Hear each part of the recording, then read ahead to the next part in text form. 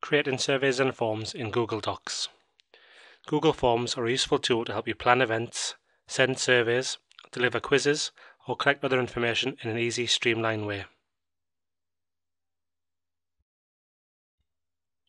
To create your form, simply navigate to Google Docs and click Create Form from the left-hand side.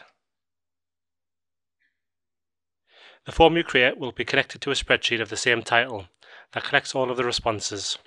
When you send a form to recipients, their responses will automatically be collated in that spreadsheet. Before you begin to create your form, you can set the access settings at the top of the screen. You have three choices. The first one is to allow users to edit their responses. The second is to require that users have a Sheffield Hallam University sign-in in order to view your form. And the third is for your form to automatically collect respondents' usernames when they complete your survey.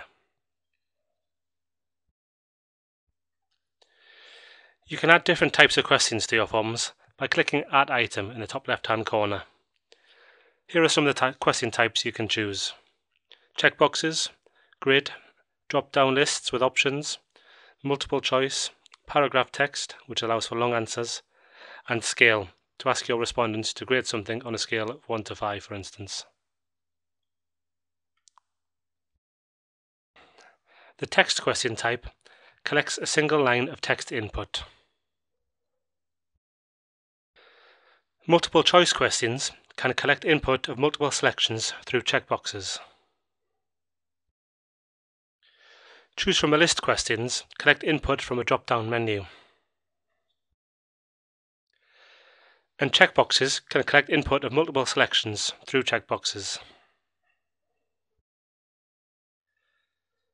Grid questions allow you to group questions together with the same set of responses. Scale questions collect input with answer choices on a scale of 1 to 5. And finally, paragraph text questions collect multiple lines of text input. While working on your form or survey, here are some of the things you can do with your questions. The edit icon allows you to edit an existing question. To delete a question, click the delete button. Or to duplicate a question, you can use the duplicate button to the right of the question. All of your question types can be made mandatory by checking the box which says make this a required question.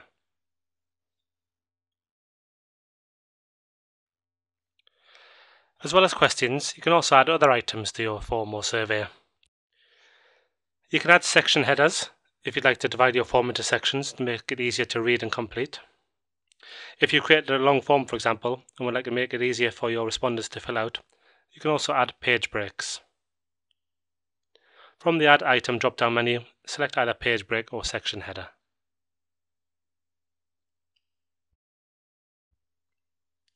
You can also edit the confirmation message that people filling out your form see after submitting their responses. In the More Actions drop-down menu, click Edit Confirmation to make changes to this message.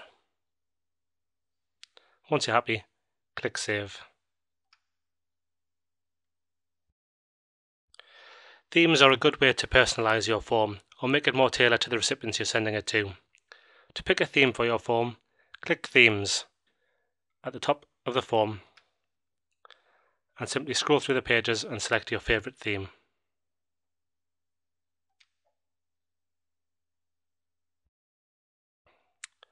You can click the link at the bottom of the page to preview your form at any time.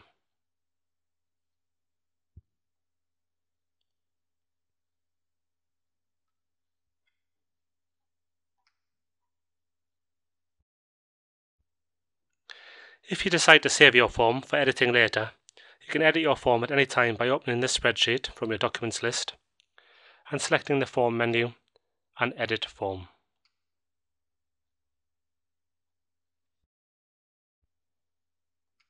You can then click Email this form once you've finished adding your questions. Add the email addresses of the people who you want to send this form to and click Send.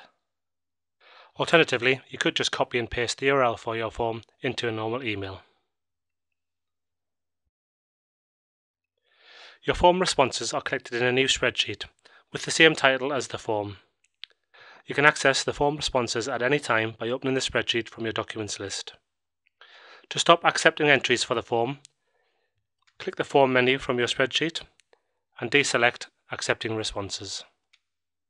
You are now ready to analyze your form data.